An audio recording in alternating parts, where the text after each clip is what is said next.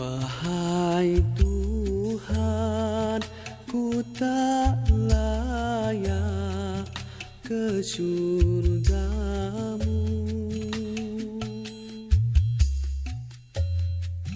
namun tak pula aku sanggup ke nerakamu.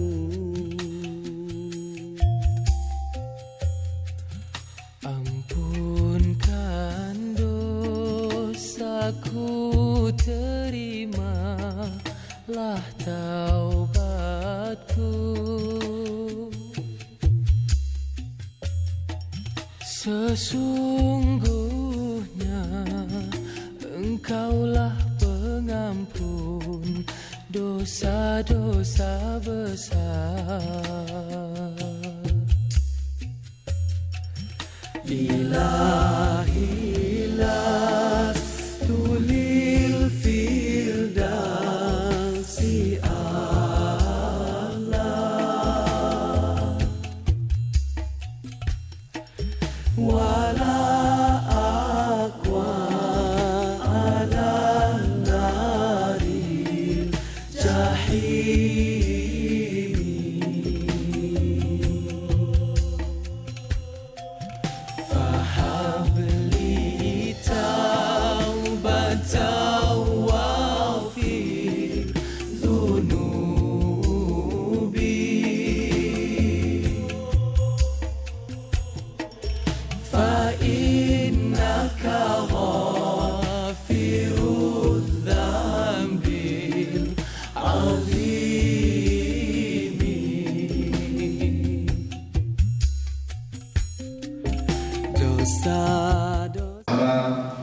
Iman apa yang akan disampaikan oleh guru kita kepada Habib dan Mahbub Habib Abdullah Ahmad bin Ahmad Segar, kami silakan. Sallu ala Muhammad. Assalamualaikum warahmatullahi wabarakatuh. Alhamdulillah wassalatu wassalamu ala Rasulillah wa ala alihi wa man wala, amma ba'd. Segala puja dan puji kepada Allah, salawat serta salam kepada Nabi Muhammad sallallahu alaihi wasallam, para keluarga, sahabat, tabi'in serta seluruh umat yang selalu beristiqomah mengikuti sunnah-sunnahnya hingga yaumul qiyamah. Alhamdulillah, di pagi hari ini kembali kita dapat bersilaturahim untuk bersama-sama memakmurkan rumah Allah dan mempelajari hadis-hadis Nabi Muhammad sallallahu alaihi wasallam. Semoga apa yang kita lakukan ini mendapatkan keridhaan dan keberkahan dari Allah Subhanahu wa taala. Amin ya rabbal alamin. Kembali di kesempatan yang mulia ini kita membaca kitab Riyadhus Shalihin yang ditulis oleh Imam Nawawi di hadis ke-351 yang alhamdulillah pada pertemuan yang lalu sudah kita baca hadis pertama berkaitan dengan memuliakan ulama dan juga memuliakan orang-orang tua. Pada pertemuan yang lalu sudah kita bahas hadis bagaimana Rasulullah SAW ketika mendirikan sholat yang menjadi makmum yang terdekat dengan Rasul adalah ulil ahlam wa nuha, yaitu orang-orang yang pintar, orang-orang yang memiliki ilmu, orang-orang yang memiliki kemuliaan. Alhamdulillah sudah kita bahas dan kita selesaikan di hadis yang pertama. Sekarang masuk hadis ke 351. Dikatakan di situ hadis ini cukup panjang dan hadis ini saya sendiri baca itu berkali-kali baru paham ini hadis. Karena memang ini hadis sebenarnya panjang sekali, ada di dalam kitab Bukhari Muslim, kemudian ada di kitab Imam Ahmad dalam kitabnya Musnad, kemudian Imam An-Nasa'i dalam kitabnya Sunan, dan juga Imam Ahmad bin Ali bin Hajar Al-Asqalani dalam kitab Bulughul Maram. Bapak, kalau membaca hadis ini hanya dari satu kitab, saya yakin nggak paham. Agak menjelimet hadis. Bukan menjelimet hadisnya, emang agak susah mencernanya kalau membaca satu buku. Jadi harus menggabung beberapa buku. Kalau Bapak membaca hanya dari Bukhari misalkan, itu akan nanggung paham. Maka harus digabung Bukhari, Muslim, Imam Ahmad dan kitab Musnad, Imam An-Nasa'i dan kitab Sunan, Bulughul Maram. Jadi kitab Bulughul Maram yang sering kita kenal itu Imam Ahmad bin Ali bin Hajar Al-Asqalani. Dari penggabungan itu baru bisa kita paham dengan jelas hadis ini. Baik, kita baca secara singkat, tapi saya rasa kalau walaupun dijelimet dari sini, tapi kalau hati masih segar insyaallah. kopi udah ada. Kalau siangan dikit aja jam 1 bahas ini, yang bahas 1 karena hadisnya agak awal. Tapi sebenarnya ceritanya sederhana. Kejadian ini di Imam Riyadhus Shalihin dalam kitab Nawawi diceritakan dalam kitab Tauqir, yaitu memuliakan al-kubara wal ulama, memuliakan orang-orang alim dan orang-orang tua. Jadi sekali lagi, ini hadis masih di bab memuliakan ulama dan orang tua. Berkata Sahal ibn Abu Hatmah, berkata Sahal ibn Abi Hatmah, Irtalaqa Abdullah ibn Sahal wa Muhayyisa ibn Mas'ud ibn Zaid ila Khaybar. Irtalaqa yaitu berangkat. Irtalaqa yang kali itu artinya berangkat, pergi. Siapa? Abdullah ibn Sahal, yang berangkat Abdullah bin Sahal, dan Muhayyisa, ini nama orang, Muhayyisa ibn Mas'ud ibn Zaid. Jadi berangkat dua orang, siapa? Sahal ibn Abdullah dan Muhayyisa ibn Mas'ud ibn Zaid. Kemana? Ila Khaybar, ke wilayah Khaybar. Khaybar itu dulunya Madinah itu ada 3 suku besar orang Yahudi, yaitu Bani Quraidah, Bani Nadir, Bani Qainuqa di Madinah. Ketika Nabi masuk, mereka berkhianat. Singkat cerita, semua terusir. Sebagian diperangi, sebagian pergi melarikan diri. 3 suku besar Yahudi ini keluar dari Madinah, ngumpul di Khaybar, ngumpul di wilayah Khaybar. Khaybar ini wilayahnya indah, banyak mata air, uyun, katanya uyun, itu bir, abyar, itu banyak apa? Sumber-sumber mata air. Dan daerah pertanian, perkebunan. Jadi kalau kita masuk wilayah Khaybar, kebun-kebun kok makmur. Jadi itu wilayah yang subur. Jadi Yahudi kumpul di situ. Benci sekali dengan Rasulullah, karena sebab datangnya Rasul mereka menganggap mereka sampai terusir ke Khaybar. Akhirnya mereka membuat perencanaan untuk menyerang Madinah. Nabi tahu lebih dulu, dapat berita mereka siap-siap mau menyerang. Akhirnya diserang lebih dulu oleh Nabi Muhammad SAW. Kejadian itu kapan? Ada yang mengatakan tahun ke-7 Hijriah. Itu wilayah Khaybar. Wilayah Khaybar ini cukup jauh, hampir 200 kiloan dari kota Madinah. Jadi Abdullah bin Sahal dan Muhayyisa pergi ke Khaybar. Mau ngapain dia ke sana? Di dalam riwayat Imam An-Nasa'i, di kampungnya lagi terjadi pajak. Dia agak susah nih, dia lagi susah. Cari rezeki susah, akhirnya dia mau kalau bahasa musafir untuk cari rezeki di sana. Karena di sana wilayahnya bagus. Berangkatlah berdua untuk mencari rezeki. Di sini tidak disebutin dari apa sana berangkat dalam rangka apa. Jadi dalam riwayat Imam Ahmad Musnad, kemudian di riwayat Imam Ahmad bin Ali bin Hajar sekalian yang kita belum Arab, karena bisa babi jual, yaitu bisa babi jual, bisa kekeringan, paceklik. Jadi sulit kehidupan. Berdua ini coba mencari rezeki ke Khaybar. Berangkatlah mereka berdua. Khaybar itu bentengnya kuat. Sebelumnya ditaklukkan susah, akhirnya dikepung sama kaum muslimin. Ada yang mengatakan sampai 6 bulan pengepungan itu, dan akhirnya takluk. Si Yahudi nyerah, dibuatkan perjanjian. Di antara perjanjiannya, waktu itu mereka bilang sudah 6 bulan dikepung. Kalau selain Rasulullah dihabisin semua, itu udah kurang ajar sekali, disuruh nyerah nggak mau, bikin benteng sulit, dan akhirnya sampai di situ nanti kalau kita cerita tentang nikah mut'ah di situ masalah Khaybar. Kenapa? 6 bulan nggak pulang dalam keadaan perang pegang. Akhirnya Nabi di situ pernah mengizinkan untuk yang mau menikah silakan. Nah itu tentang kalau kita bicara tentang nikah apa? Nikah mut'ah. Pernah itu kan nikah mut'ah? Nikah kontrak katanya. Itu ada itu nikah mut'ah.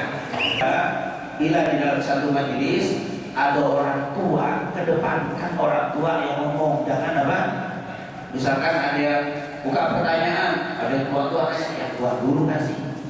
Itu ada Rasulullah SAW. Atau kita masuk ke satu majelis, ketemu sama dalam majelis hukum, anak muda yang ngomong dulu.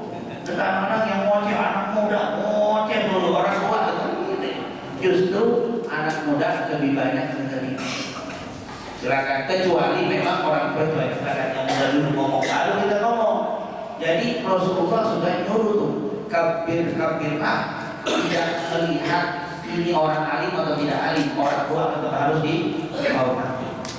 Kadang-kadang kita, masya Allah banyak kita lihat anak pengajian, tapi adabnya kurang. Bagaimana sikap kalau ketemu orang tua sama guru beda. Ketemu guru, waduh tangan kita bolak-balik cium habis sama orang tua, apa kata? Astagfirullah tos dia. Itu dari mana ada begitu? Bapak ibumu 70 kali lebih hebat daripada wali. Subhanallah. Makanya luar biasa. Maka ini juga perlu berkaitan dengan adab. Dan inilah keutamaan orang dulu dengan orang sekarang bukan karena ilmunya. Ilmunya boleh jadi sama. Sekarang yang hafal Quran banyak, hafal hadis banyak, fikih banyak, tapi adabnya. Makanya orang bilang krisis adab, nggak ada bilang krisis ilmu. Adab, subhanallah, ini luar biasa. Makanya insya Allah dengan pengajian hadis yang kita lakukan ini menumbuhkan adab-adab untuk kita semuanya. Ya. Mereka bicaranya apa? Faqala Rasulullah SAW, ya Rasulullah, itu Abdullah ibn Salam dibunuh sama orang Yahudi. Kata Rasul, dari mana Yahudi yang bunuh? Itu karena mati di kampung Yahudi dan Khaybar, dan di situ banyak Yahudi. Wah, dikasih tali. Nah, nanti di dalam riwayat Imam Ahmad, di Imam Bukhari tidak disebut, Imam Muslim tidak. Di riwayat Imam Ahmad diceritakan ketika ketemu orang itu meninggal, siapa sih? Abdullah itu meninggal, dia bisa langsung nih, siapa Huwaisah bilang, kalian ada orang Yahudi pada kumpul, kalian telah membunuhnya. Membunuh siapa? Abdullah. Si Yahudi, anta alladhi qatalta, kamu yang bunuh. Kata si Huwaisah, antum alladhi qataltuhu, kalian yang telah membunuhnya. Ribut saling apa? Saling akhirnya Huwaisah kalah karena sendirian di kampung Yahudi. Yahudi habis ngomong begitu, ya maaf, bukannya menuduh betul, karena Yahudi itu sambil senyum, nuduhnya itu kan, kamu kali yang ngomong. Kelihatannya nyenyek banget Yahudi. Apa? Sudah 90% dia yang bunuh. Kenapa? Yang pertama, di kampungnya nggak ada orang lain, nggak ada orang Muslim yang masuk situ. Yang kedua, dia nggak merasa beban, bahkan kayaknya apa? Nyukurin gitu. Bukan nyukurin, gayanya itu nyukurin. Makanya Huwaisah menggelap nih Yahudi gitu. Terus yang ketiga, memang mereka itu lagi benci sama Nabi, benci sama Muslim, gara-gara kalah di perang apa? Khaybar. Dan juga harus bayar upeti, jadi dia ada dendam. Cuma si Huwaisah karena sendirian kalah, makanya dia bilang aku ngadu sama Nabi.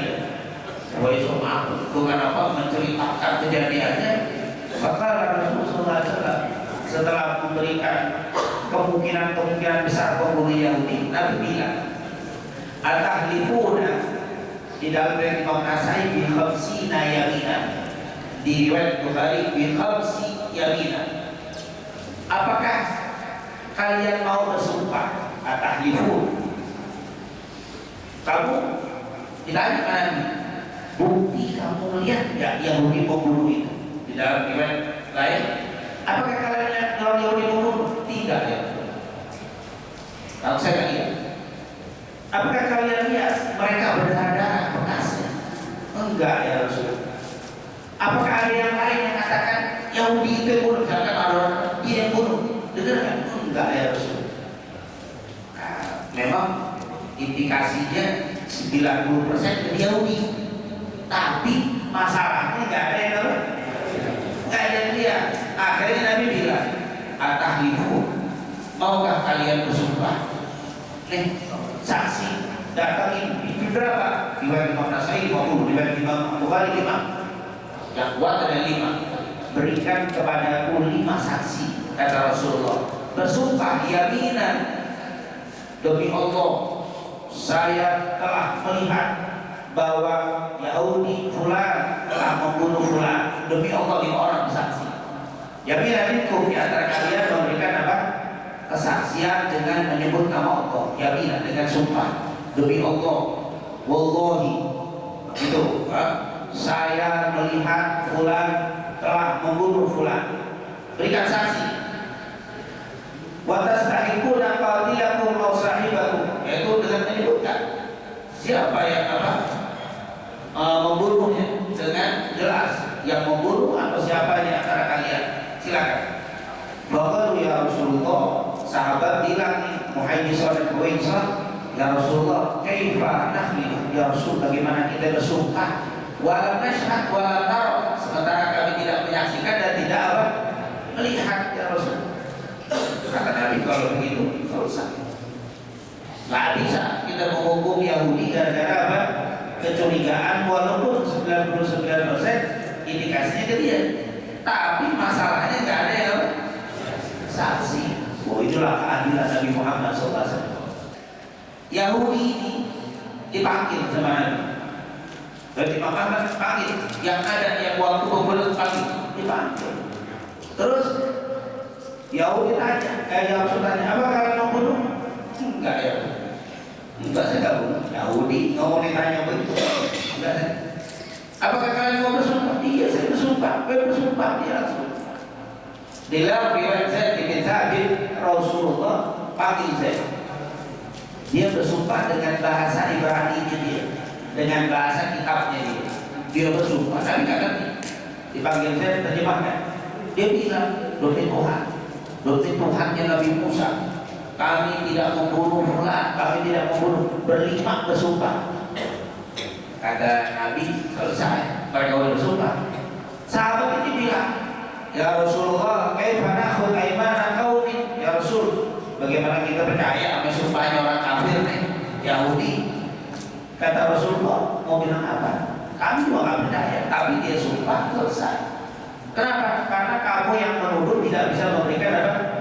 Bukti. Bersumpah juga nggak berani. Kenapa? Karena emang nggak lihat. Ini menunjukkan, pertama menunjukkan kejujuran sahabat. Sahabat walaupun 99% nuduh Yahudi, tapi mau bersaksi nggak berani. Kenapa? Lam nashhad wa lam nara. Karena kami nggak menyaksikan, kami nggak berani. Itu kejujuran apa? Sahabat. Maaf, kata Rasulullah, tidak akan terjadi hari kiamat sampai akan apa? Kathurul kadhib. Nanti bakaran syahad kathur, banyak dusta, syahadat uzur. Kata Rasulullah, bakal banyak kedustaan dan banyak sumpah palsu atau saksi palsu. Wala taj'al syana'ahu qaumin ala an la ta'dilu i'dilu huwa aqrabu littaqwa. Ketidaksukaanmu dengan satu kaum, ketidaksukaanmu dengan seseorang, jangan membuat kamu tidak berlaku adil. Dulu berlaku adillah kalian. Kenapa? Keadilan itu mendekatkan pada ketakwaan. Subhanallah. Al-Quran itu kan kalau bahasanya itu kan mungkin kalau bahasa kuliah disebut apa? Argumentatif ya. Artinya hanya ngasih tahu masa enggak. Kamu begini nggak benar, yang betul begini-gitu aja. Artinya tinggal kita sendiri yang harus apa? Nah, Quran itu memberikan dalil bukti kebenaran, tinggal anda sendiri mau apa tidak melakukan apa? Melakukan itu. Bukan kamu harus begini, kalau nggak begini tiba-tiba mati kan enggak juga. Jujur bisa jadi, enggak jujur juga bisa berjalan sama kita. Tapi aku harus kasih jalan. Ini loh, walaupun anda nggak suka sama fulan, tetap nggak boleh anda tidak berlaku adil sama fulan. Yahudi itu adalah pembenci. Kalau Nasrani orang yang salah jalan. Ghairil maghdubi alaihim wal ghairil maghdubi, ya Allah jangan kau berikan jalan kepadaku al-maghdub, orang yang benci, wal dhalin, dan orang yang tersesat. Seluruh mufassir menerjemahkan al-maghdub alaihim wal dhalin yang Nasrani. Makanya orang Nasrani lebih banyak yang masuk Islam dibanding orang Yahudi. Kenapa? Karena Nasrani banyak tak tahu. Dia memahami dengan pemahaman maaf dalam versi Islam yang kurang pas. Tapi dia pengen belajar, dia pengen tahu, sehingga ketika dikasih tahu bisa masuk. Banyak orang-orang Muslim masuk Islam, banyak orang-orang Muslim masuk Islam, terutama yang kita, terutama yang cerdas-cerdas yang lagi mencari apa? Kebenaran non Muslim banyak Islam. Tapi Yahudi bisa hitung mencari yang masuk Islam. Kenapa? Bukan mereka tidak tahu mau, karena dalam keadaan apa? Benci, dengki sama Islam, maka dikasih tahu pun nggak bisa. Maka Nabi membebaskan mereka. Padahal udah bunuh, tapi nggak ada bukti, dibebaskan. Lalu ditutup. Fa'aqalahu Rasulullah bin Indih. Akhirnya Rasul menebus dia itu dari dirinya sendiri. Karena terjadi ini kasihan, akhirnya Nabi membayar dia. Jadi yang bayar dia bukan Yahudi, karena terbunuh. Yang bunuh terbunuh jelas. Tapi siapa yang membunuh? Karena dalam Islam kan, kalau orang membunuh, maka ketahuan pembunuhnya qisas. Ya ayyuhalladzina amanu kutiba alaikumul qisasu fil qatl al-hurru bil hurri wal 'abdu bil 'abdi. Diwajibkan ada hukuman qisas. Tapi kalau nggak jadi qisas, maka bisa bayar dia itu denda. Dendanya berapa? 100 ekor unta. 100 ekor unta. Kalau apa? Keluarga qatil, keluarga yang terbunuh memaafkan. Ternyata yang membunuh minta maaf sama keluarga yang terbunuh, kata keluarganya ya udah saya maafin. Nah, ketika dimaafkan bayar 100 unta, namanya dia. Dia ini dibayar oleh keluarga. Sementara yang keluarga yang membunuh, tapi siapa yang bunuh nggak tahu kan. Tapi Nabi kepikiran Yahudi tapi tetap nggak bisa apa? Diberikan hukuman karena memang tidak ada bukti yang jelas. Tapi Nabi membayar. Subhanallah, memang Nabi itu luar biasa.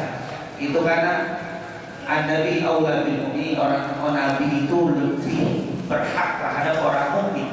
Nabi Muhammad SAW langsung bayar dia 100 ribu unta. Salah satunya ada unta yang indah, yang kemerah-merahan. Unta itu akhirnya siapa? Sahal, yaitu Sahal si bapaknya apa? Injek kakinya Abraham sama nyenggol si Huwaisah dan Muhaisah. Maksudnya apa? Nyenggol-nyenggol kekiraan dapat apa? Dia 100 ekor unta, salah satunya untanya indah digoyang kaki. Maksudnya apa? Gembira sekali dapat dia dari Rasul Sallallahu Alaihi Wasallam. Tentunya di sini kisah yang cukup panjang. Hikmah hadis sebagai penutup, keadilan Rasulullah walaupun terhadap orang Yahudi. Itulah kebencian tidak membuat Rasulullah tidak berlaku. Yang kedua, penuduh harus mendatangkan bukti dengan jelas. Penuduh harus memberikan bukti yang jelas walaupun terhadap musuh Islam, walaupun terhadap Yahudi. Bahkan pada dasarnya orang itu tidak melakukan keburukan sehingga terbukti keburukannya. Jadi pada al-mu'min mu'taman, pada dasarnya apalagi orang Islam. Sebenarnya di situ kemungkinan terbunuh, tapi karena nggak kelihatan itu udah hukum baik. Karena apa? Begitu kita nggak boleh meragukan, mencurigai orang. Misalkan kita, wah, jangan-jangan dia datang ke sini ini gara-gara urusan pilkada. Ada urusan mau dia pokoknya selama dia datang ke majelis hukumi baik. Jangan kita hukumi apa? Pada dasarnya orang Muslim itu apa? Semua orang Muslim kalau ketemu Anda dan belum kelihatan tanda-tanda tidak baiknya, berprasangka baik sama orang itu, selesai. Kata para ulama, siapa yang suka suudzon sama orang berarti hatinya penuh apa? Kebencian. Tapi kalau hatinya baik, pasti omongannya baik, sangkaannya baik. Itu kalau kata para ulama, sampah itu bau. Kenapa? Karena tumpukan kotoran. Hati kalau tumpukan kotoran, yang keluar bau terus, jelek terus. Kenapa? Karena hatinya ada masalah. Maka di sini yang perlu kita perhatikan. Kata saya kalau normal, assalamualaikum, ini ya udah gitu. Kalimat bahasa kita kecuali ada tanda-tanda. Kalau tidak, ya Rasulullah ya mungkin tetap dia bilang karena dia apa? Nggak kelihatan. nggak ada bukti. Jadi bapak nahku di bawah kita ngumumin orang yang dohirnya, jangan ngumumin yang apa? Batinnya. Para ulama mengatakan sumpah dapat menjadi salah satu bukti. Ketika tidak ada bukti tapi berani bersumpah bisa jadi bukti. Makanya Nabi minta kamu ada bukti kan? Berani sumpah? Enggak. Berarti sumpah dapat menjadi bukti. Tapi zaman dulu. Kalau zaman sekarang gimana kira-kira? Serem juga kalau sekarang ini. Karena kadang-kadang nggak lihat dia bersumpah. Zaman Nabi sumpahmu akan pegang. Karena Nabi tahu para sahabat apa? Jujur. Kalau yang bersumpah itu orang jujur jadi. Tapi yang model sekarang keriu kan. Berani bersumpah pakai nama Allah. Pakai nama Quran, baca Quran lagi subhanallah. Pakai yang model begini mah serem kadang-kadang. Kayaknya sumpah dapat menjadi salah satu bukti zaman sekarang perlu dikaji ulang. Kenapa? Siapa dulu yang bersumpah? Yang model-model dikasih 10.000 dari bersumpah jangan deh. 100.000 berani bersumpah. Oh, demi Allah 100.000. Ya Allah 100.000. Kejujuran para sahabat, tanggung jawab Rasul sebagai pemimpin keluar dari memimpin dari dia sendiri keluar Rasulullah. Itu apa tanggung jawab seorang pemimpin. Dia merasa rugi, dia tak dirugikan Rasul mengeluarkan. Itulah pemimpin. Pemimpin harus siap apa? Rugi. Kata para ulama, sa'il qaum akhiruhum, yang tukang ngasih minum paling belakangan. Pemimpin sa'il qaum, yang tukang ngasih minum kaum akhiruhum, yang paling akhir. Pemimpin kalau ada makanan yang dipimpin dulu makan. Pemimpin belakangan. Jangan sampai pemimpin makan duluan yang lain ada.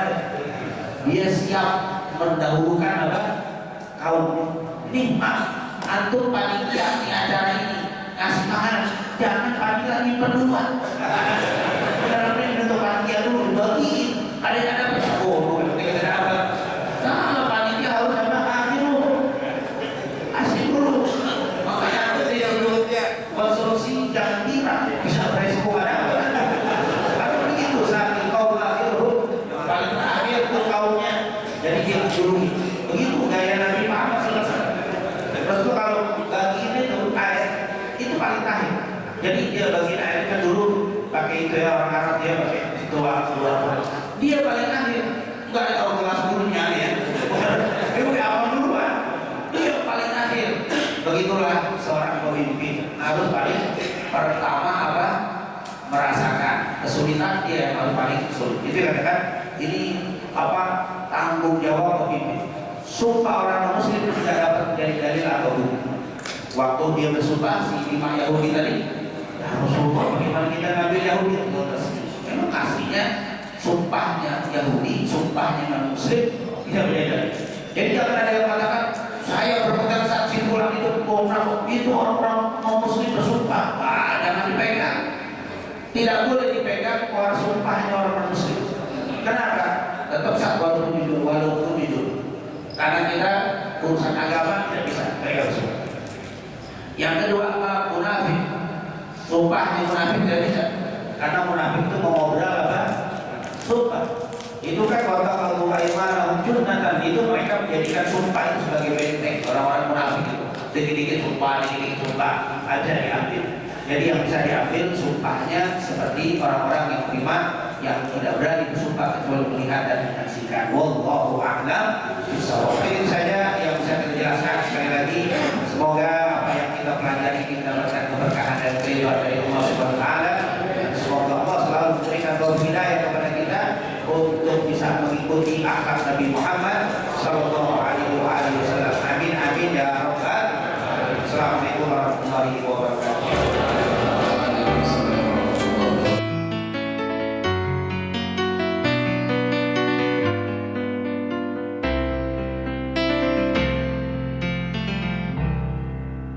Ya Rasulullah,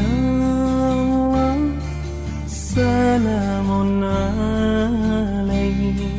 Ya Habiballah, salam alaik.